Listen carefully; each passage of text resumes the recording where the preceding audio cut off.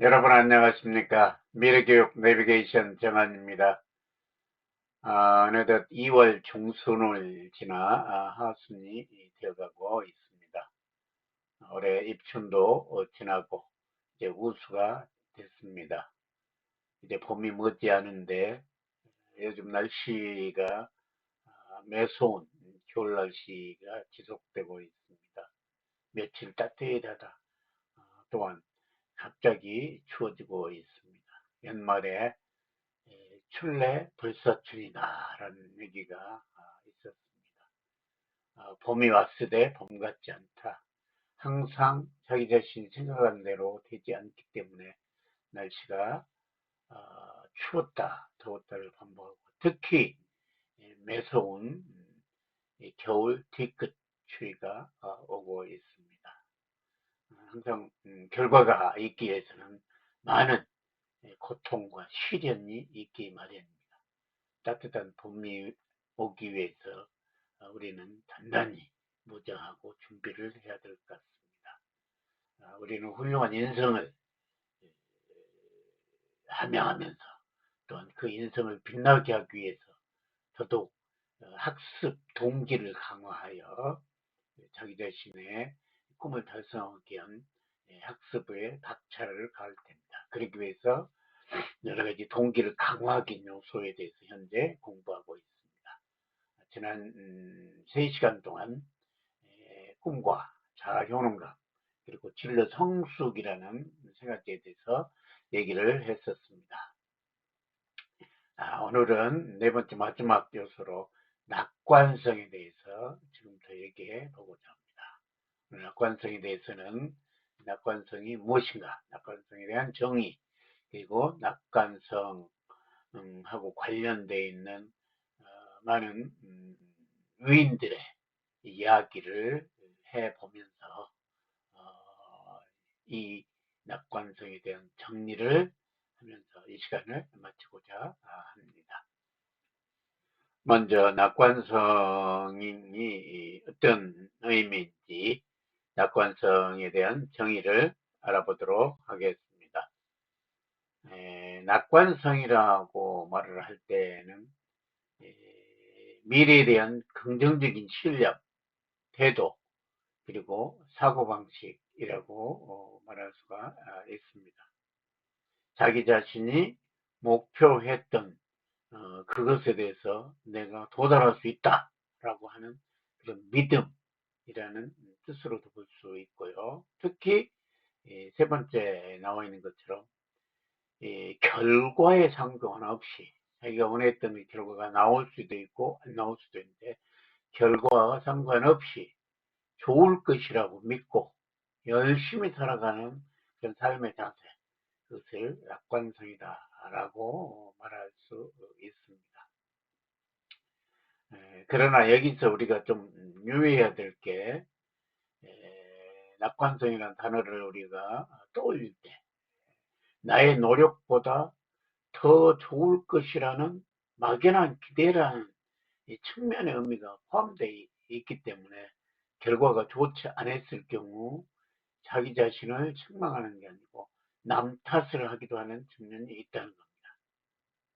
그래서 감나무 밑에서 감이 떨어지기만 기다리지 않고 감나무를 흔들어 댄다든가 그리고 감나무에 올라가 감을 적극적으로 따내려고 하는 노력을 하는 등 최선을 다하는 것이 중요합니다.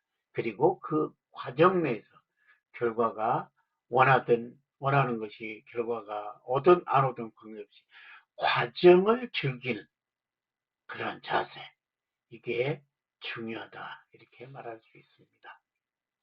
그러면은 이러한 낙관성과 유사한 단어가 흔히 쓰이는 것은 낙천성이라는 말이 있습니다. 낙천성하고 낙관성은 비슷한 측면이 사실상 있습니다.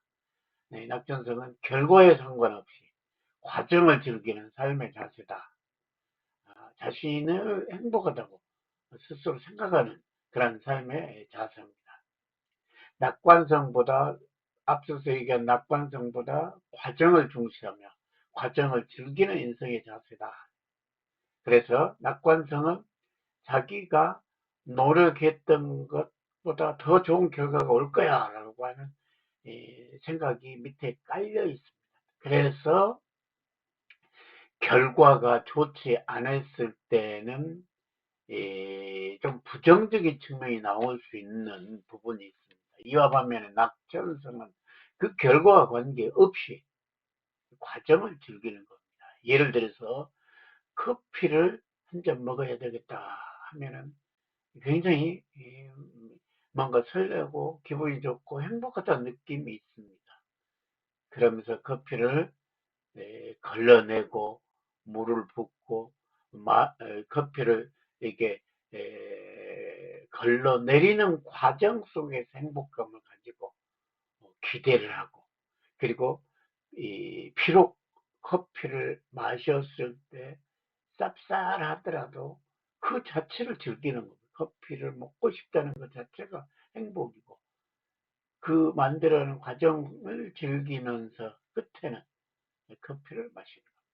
커피가 맛있으면 더 좋고, 커피가 맛이 없었다 하더라도 그 과정을 즐기는 그런 삶의 자세, 그런 낙천적인 자세야말로 이 삶을 긍정적으로 바라보면서 자신의 능력에 대한 믿음과 함께 끝없이 좋은 결과가 나올 수가 있는 겁니다. 왜냐하면 그 낙천성 뒤에는 자신이 항상 최선을 하기 때문에 최선의 노력을 하고 그 과정을 즐기는 그런 측면이 있습니다. 그러나 낙천성과 낙관성은 그와 같은 과정을 즐기는 부분을 제외한다면 대부분 같은 의미다, 이렇게 볼 수가 있겠습니다. 이제 본격적으로 이 낙관성과 학습과의 관련성에 대해서 이야기를 해보겠습니다. 이 부분에 대해서는 서울대학교 공대 교수로 계시는 황농문 교수께서 공부하는 힘이라는 훌륭한 책을 쓰셔가지고 그 책 속에서 학습에 있어서 이 낙천성에는 낙관성이 매우 중요한 요소라고 소개하고 있습니다. 그 내용을 중심으로 이야기를 해보겠습니다. 우리 황 교수께서는 낙천성은 실패를 견디는 에너지다라고, 그리고 어떤 일이든 성공이 이르기까지는 수많은 실패가 수반된다라고 말하면서 여러 위인들의 얘기를 책에서 기술하고 있습니다. 이를 간단히 소개하면 다음과 같습니다. 여기는 뉴턴과 니슨, 그 다음에 아인슈타인, 모차르트 이런 예를 들어놨습니다. 먼저 뉴턴입니다. 우리 과학사에서 가장 위대한 업적을 남겼던 이 뉴턴은 말년에 나는 칠리의 거대한 바닷가에서 아무것도 발견하지 못한 채 내 앞에 놓여져 있는 바닷가에서 놀며 때때로 보통보다 매끈한 조약돌이나 더 예쁜 조개를 찾는 어린아이에게 지나지 않았다. 만유인력이란 위대한 법칙을 발견했지만 자기 자신을 이렇게 아주 낮게 평가했습니다. 수많은 시련 속에서 결과가 없이 연구에 몰두했고 만유인력이라는 법칙을 발견하게 됐습니다. 그러나 본인이 평가한 것은 수만 가지 중에서 한 가지 정도를 발견했을 정도이다. 그처럼 자기 자신을 소박하게 그리고 겸손하게 평가를 했고, 그 내부에는 무수한 실패를 전제를 갖고 있습니다. 에디슨은 전구를 발명하기 위해서 2000번 이상의 실패를 경험했습니다. 그런 실패 경험 끝에 전구라는 인류 문명사의 위대한 발명을 한 겁니다.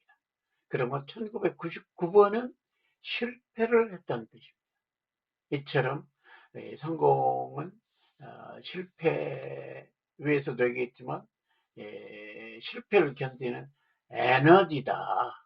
실패를 견디는 에너지, 낙천성을 바탕으로 해서 결과가 나오는 겁니다. 2000번 실패를 했다 그러면 2000번의 실패를 경험한 끝에 정보를 발견했다. 한 번을 제외하고 나머지는 다 실패했다는 뜻입니다. 아인슈타인 역시 상대성 법칙이라는 위대한 법칙을 발견했었죠. 그는 몇 달이고 몇 년이고 생각하고 또 생각했다. 그러다 보면 99번은 틀리고 100번째 일어나서 비로소 맞는 답을 찾아낸다고 했다. 그런데 만일 그가 실패에 대해서 부정적인 감정을 크게 느꼈다 못했을까? 99번 실패하고 100번째 성공해도 부정적인 감정이 압도적으로 컸고 99번 거의 고통이 머릿속에서 맴돌기 때문에 더 이상 도전하는 의욕이 없어요. 너무나 힘들기 때문에. 그러나 아인슈타인은 99번의 실패조차 견디는 능력, 실패를 실패로 간주하지 않고 성공을 나아가는 과정으로 여기는 낙천성을 갖고 있었다. 이전 위대한 과학자들, 위대한 사람들은 이 실패를 성공으로 가는 과정으로 간주하는 낙천성을 전부 갖고 있었다는 겁니다. 마지막으로 모차르트는 굉장히 낙천적인 사람으로 알려져 있었습니다. 한 번은 그가 새로 작곡한 곡으로 오페라 공연을 했는데 청중이 고작 10명밖에 오지 않았지만 부인에게 보낸 편지 내용은 환희로 가득 차 있었습니다. 오늘 공연은 정말 대성공이었어. 오, 내 열정을 쏟아본 오페라. 난 정말 날아갔다는 기분이라고. 참석한 10명의 관객들도 감격의 박수를 보냈다고 라고 말했습니다. 보통 사람 같으면 얼마나 실망을 했겠습니까? 그러나 본인은 그런 것을 도외시하면서 기쁨으로 넘치고 긍정적으로 낙천적으로 바라보면서 그의 생각, 그의 마음들을 전하면서 그런 것들이 쌓이고서야 그 뒤에 무수한 사람들에게 위대한 작곡가로서 명성을 날리게 됐던 것입니다. 윗 내용을 종합해 봤을 때 결국에 낙천성이라는 것은 실패를 견디는 능력이다 라고 볼 수 있고, 그와 같이 실패를 견디는 능력이 있었을 때, 그와 같은 낙천성이 있었을 때 도전정신이 길러지는 겁니다. 우리 인성편 포함해서 학습편 초반 모든 과정을 통해서 가장 중요한 게 도전을 해야 한다. 행동을 해야 된다라는 부분이 귀결되어 있습니다. 행동을 하지 않으면 결과는 없기 때문에. 그래서 실패를 견디는 능력, 그와 같은 낙천성이 있었을 때 도전정신이 배양되고 그런 도전을 통해서 성공할 수도 있고 실패할 수도 있지만 실패를 또 성공의 바탕으로 삼으면서 결국에는 성공할 수밖에 없다. 결국에